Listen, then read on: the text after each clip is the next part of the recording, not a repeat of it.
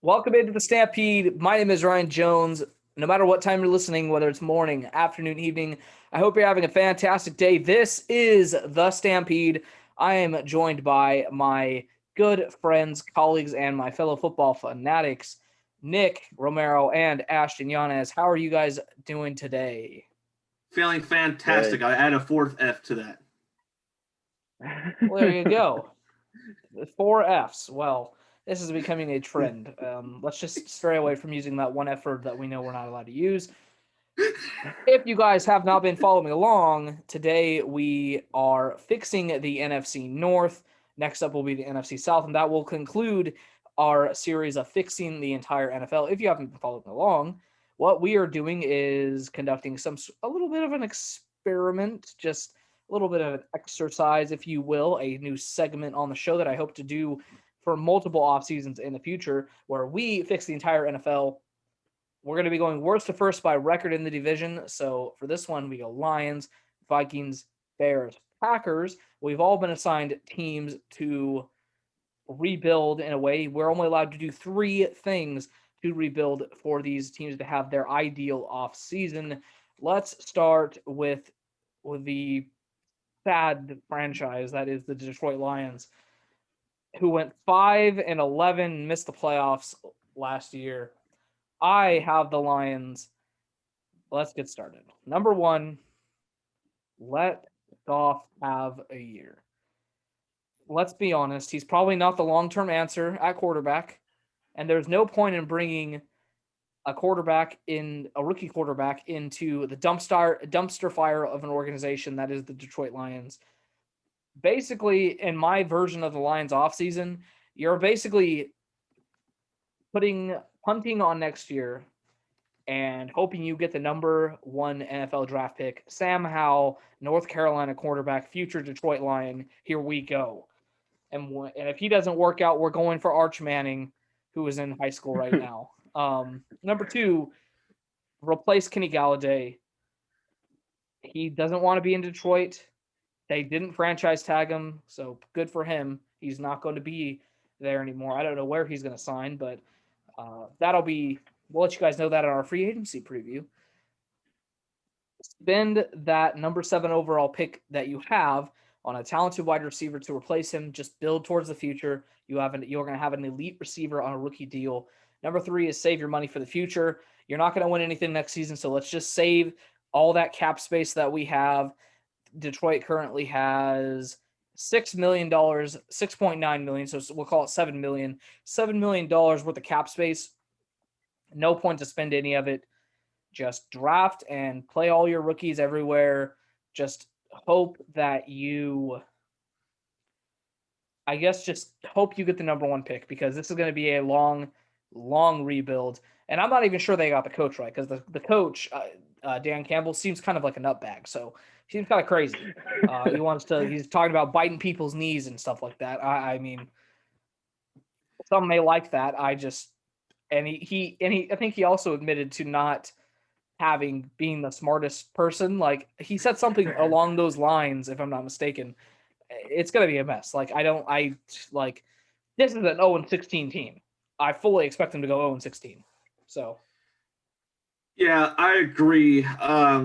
Dan Campbell's an interesting character, and the fact that they even hired him over some of the great offensive and defensive coordinators that were in the coaching carousel just this past year kind of shows that Detroit is just going back to hoping to win the Detroit way, which, if you follow the Lions enough, you know that there's no such thing as a Detroit way of winning. There's only just Detroit football and losing, which is unfortunate for Lions fans. But yeah, I think you just got to play it out with Jared Goff, try and give him a weapon if you can this offseason, and just save up all your assets, your draft capital, the money in the salary cap. Just save it all. Just take what you can get up. Not necessarily try and lose games. Obviously, don't try and tank on purpose, which no one really does in the NFL. But just play with what you have and take advantage of wherever you're put in the NFL draft the following year, because it's really just about saving up, And really, they just got to wait on Aaron Rodgers to retire anyway, because as long as Aaron Rodgers is playing for the Green Bay Packers, I don't think the Lions will even be third in the NFC North. So they just got to wait their turn, like every other losing franchise in every pro sports league, and just take what they can get. Yeah, this year, I think they need to take this year as like they need to see what they have. Let golf ride it out, but experiment with players. Put them in spots that you think that they could play. Put them in, players on your bench, players that don't really play. Throw them out. Just they have to see what they have. They have to see if they have any type of future. They have to see if there's something to look forward to in the next coming years. Because right now they don't. They're gonna let their young defensive end. I can't pronounce his name, but they're gonna let him. If I'm not Yes, mistaken. they're gonna let him walk. Aquara. They're gonna let him walk, and he's one of the best young defensive end talents. And so I don't know why, but yeah, they just need to see what they have, write it out, and hope they have something to look. Hopefully, they give fans something to look forward to. Yeah. Just a quick note. I don't know if I mentioned how much cap space they have beforehand. They only have $6.9 million worth of cap, so not a lot of wiggle room. You might as well save that. Next up, I am going back to back in this one. The Minnesota Vikings, who went 7-9 and missed the playoffs, more of, in my opinion, a short-term rebuild, if you will. Number one, you have to replace or re-sign Anthony Harris. I don't think you're going to be able to re-sign him because he's going to get big money, and you didn't tag him. Minnesota only has $9.6 million worth of cap, so it's not impossible, but as of now, he's the top safety on the free agent market. I fully expect him to get paid $15+ million. He's going to be the highest paid safety in the NFL. Good for Anthony Harris, who has been awesome for the Minnesota Vikings. Some cheap options at safety that they could replace him with: Xavier Woods from Dallas, Malik Hooker, who's coming off an injury from Indianapolis, who's got replaced by Justin Blackmon, I believe is the other safety there. Odds are Harris is gone. But if you can resign him, great. Number two is fix both interior lines, the offensive line and the defensive line. The interiors of these are a mess. They're just an absolute mess. They have problems at guard, defensive tackle. So Christian Barmore, Elijah Vera Tucker, both very, they're in play at number 14 overall. And obviously number 3 is going to be edge rusher. Danielle Hunter is an elite pass rusher that virtually no one talks about. He's like the NFL's best kept secret. He needs a counterpart across from him. And that he also needs help in the secondary. I just put help rather than edge rusher as a need because he needs help in the secondary too. You have a lot of young corners there. You're kind of banking on them to develop because you don't have the money to spend. But I wouldn't be opposed to drafting another corner here to help him out. Kwity Paye should be in the conversation for the Vikings at number 14 overall as well. Yeah, I think for the Vikings, I really like the priority of fixing the interior line, especially on both sides of the ball. This is a team that, even though had a losing record in missed playoffs, they can easily be a contender for the NFC North if they can just fix that line and compete against Green Bay's offensive line. If they can find ways to block Khalil Mack against Chicago twice a year, they have the right guys, weapon-wise, quarterback-wise. They have good coaching staff. It's just about getting some more beef on the front lines on both offense and defense. Daniel Hunter obviously needs help, and then finding ways to either re-sign or replace Anthony Harris, as he is an important role of the Vikings' success. Yeah, one that I would put here is probably get cheaper at the quarterback position. It's 50-50 what you think about Kirk Cousins. Either people love him, people hate him. But I feel like you could, get a cheaper option, to spread the cap elsewhere, because I don't believe they have very much money to spend. So it's going to be kind of hard to fix what they need to be fixed. They traded for Ngakoue last year, but then they traded him right away because, I don't know, I guess he wasn't working there. So right now they're kind of in like a weird spot. Green Bay, is going to be good. Minnesota has the assets to be good, but it's just will they execute and will they be good? Because their defense was not good last year, which is very weird for a Mike Zimmer team.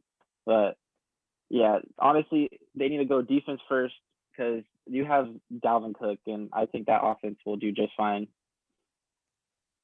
When I originally started, my number one need was quarterback, and but don't be afraid to fix the quarterback position. But the more I looked at it, I knew that they didn't have a lot of cap space, and I knew it just was unrealistic. I don't think that this team can get out of Kirk Cousins' contract. I mean, I think they just signed him to an extension, if I'm not mistaken, last year. Yeah, I think so. Like, Kirk Cousins is fine. He's just that mid-tier quarterback. He's on that tier with the Jared Goff, with the Dak Prescott. He's not one of the elite guys, but you can win games with him. And he has his moments where he shines. Originally, I put quarterback, but I just didn't see a way through the draft, through their cap space, free agency, whatever it may be. I just didn't see a way they can get out from under Kirk Cousins. So, yeah. Let's move on to the 8-8 Chicago Bears, who lost in the wild card round to the Saints on Nickelodeon. Climbed in the end zone. Mitch Trubisky's obviously the big topic here. He won the Nickelodeon Most Valuable Player. So, yeah, and I just read a report that they're gonna let Mitch walk, which is the right move. He's not the answer. He's won games with them. Like, it's not like him and Matt Nagy don't work, to say, but the thing is that they need to upgrade in that position because I really feel like they're a quarterback away from being like contenders. Their defense is good. Matt Nagy's a really good coach. So, and I have quarterback. They need to get a top tier quarterback in the draft or trade because I know they're trying to go after Russell Wilson. They're supposedly going to make this crazy deal for him, so we'll see what happens there. Number 2 is offensive line. At the beginning of the year, this offensive line was bad, like really bad. Towards the end, though, they actually started to click. They got really hot. David Montgomery, he blew up the last half of the year, and that was because the offensive line actually got better. So, they made the right strides, but I think they need an elite tackle because, I mean, tackles are hard, but this year's draft is loaded with them. They're picked 20, and I think that they can get a really good tackle at that spot. And their cap, they only have about 90,000, so they can't really be big spenders. And number 3 is weapons. They franchise tagged Allen Robinson, so he's the number 1 guy there, but he can't do everything.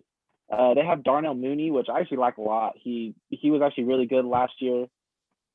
But who's their number 3? No one knows. They have Cordell Patterson, but he's just a gadget guy. He's not a true receiver. well, I know that I'm actually very surprised that you said they're trying to trade for Russell Wilson without shedding a tear. I'm leaning towards the fact that I think this is going to happen. I think Russell Wilson is going to be a Chicago Bear. So I don't think the 20th pick is going to be owned by the Chicago Bears. I think that Seattle, what they're going to have to do is trade both of they don't have a first round pick actually this year. So they'll have to somehow trade up in the draft to get one of these quarterbacks, or it's Mac Jones era in Seattle. Oh, And no. I don't know if that'd be the best of things. If they could get Russell Wilson, I think they're the best team in their division. And that is saying something, considering the Packers are one of the elite franchises in the NFL. Yeah, I think Chicago, they're going to be really aggressive in regards to getting a quarterback, whether it's Russell Wilson or, again, another high-profile quarterback. But they've been making moves. They actually restructured 3 players' contracts, including Khalil Max, to save them $23 million in cap space. So they're definitely trying to get the money to get somebody at the quarterback position, in my opinion. And I do think because of Seattle knowing that they're going to be playing the Niners and the Rams and the Cardinals that are also growing and getting better twice a year, Seattle knows that in the long haul, it's going to probably be hard for them to come back and be a contender in the NFC West. So they might want to play the long haul game, just take as many first round picks as they can get from Chicago, even if they're not, super high up or even in this year's upcoming draft. But it makes sense for Seattle. Now, regardless of who the quarterback is for the Bears, yeah, get an offensive line. It can obviously be better. They showed some life at the end of last season, especially when they got into the playoffs, but it can still be better. And I know Chicago, they only have $89,000 in their pocket, so I know they're gonna have to make some more moves just to try and get that going. But regardless, if they're gonna get a high-profile quarterback, they gotta get the O-line to be better, even if it's with the same guys. And then try and get them as many weapons as possible. This is an NFL league where you can't win with just one wide receiver, and I do think it was a great decision to keep Allen Robinson, even if it meant franchise tagging him. You got to give somebody else. And there's some great wide receivers in free agencies. There's some good wide receivers in the NFL draft, regardless if it's first round or third round. There's many ways that Chicago can get cheap weapons, regardless of who their new quarterback will be next year. All right, let's move down to Wisconsin. Ashton, you are on the clock, this isn't a mock draft. This is not a draft, but and for some reason, we're calling for getting Aaron Rodgers a firearm. I'll let you explain that. I'll go ahead and start. So I have the Green Bay Packers, who last year were 13-3 and lost the NFC Championship game to the eventual Super Bowl champions, the Tom Brady Gronkaneers. But yes, first priority, and I was basically just trying to take a quote from a John Wick film. Give Aaron Rodgers, that man, a weapon. Right now, they got rid of Aaron Jones. He's now a free agent. So now that means Aaron Rodgers has the following promising weapons. Devontae Adams. And that's it. So, and again, as I just said, with Chicago, this is a league where you need more than one weapon. So yes, give Aaron Rodgers something. He's got right now like a little, 42 pistol. This is the guy that needs at least a semi-automatic rifle. Like, come on. You got to give him more weapons. He needs a bigger arsenal, especially if you plan on going deep into the playoffs this year. And if Chicago does make a run to get a high-profile quarterback, then you got to step up your game, because obviously you're going to be in a shootout now with the Bears if they get somebody that's high-profile at the quarterback position. Number two, I think they can get a little bit better at linebacker. They lost Blake Martinez in last year's offseason, so I still think they need some help getting that better. But I do think their secondary is still pretty good. Their defensive front line's pretty good. But linebacking core, if they can just get that another high-profile linebacker, somebody like, Clay Matthews from the days of old, that'd be a great way for for Green Bay's defense just to be more complete. And then third, secondary can be a little bit better as well. Again, not as important as getting Aaron Rodgers a weapon, but if you can just help them in coverage, especially if Tom Brady is going to be managing the offensive schemes for Tampa Bay in the next 2 years, then you got to find ways to cover all his guys. And with Tom Brady, obviously, he's going to have all his weapons back. There's been no doubt about it. Bruce Arians said that every weapon that they had last year is going to be on this team this year, and they've pretty much proven that in all their off-season moves. So you got to win the arms race. You just got to compete in it, whether you like it or not, because Chicago's now already starting to compete. They're going to get a quarterback. They kept Allen Robinson. Green Bay needs to go and just compete in this arm race. I don't care if they only have $1 million right now in their salary cap. Get Aaron Rodgers a weapon. Well, I usually like to argue with you about a lot of things, but I agree 100% with all three of these things. I think you should get Aaron Rodgers a receiver and not a firearm, but we could have differences. We could have differences in opinion. I was trying to use just a good enough metaphor to get a point across. Yeah, we've touched on it before about the weapons, so I'm just going to kind of move on from that. The secondary is where I really want to focus on, because outside of Jari Alexander, they really have nothing. And it's getting to the point where it is basically like the Devontae Adams of the offense. That's what Jari Alexander is coming. He's the only secondary player they have. We saw how bad Kevin King was in the. Not that it was much his fault, to be honest with you. The defensive coordinator, who has now been fired, put him in that position.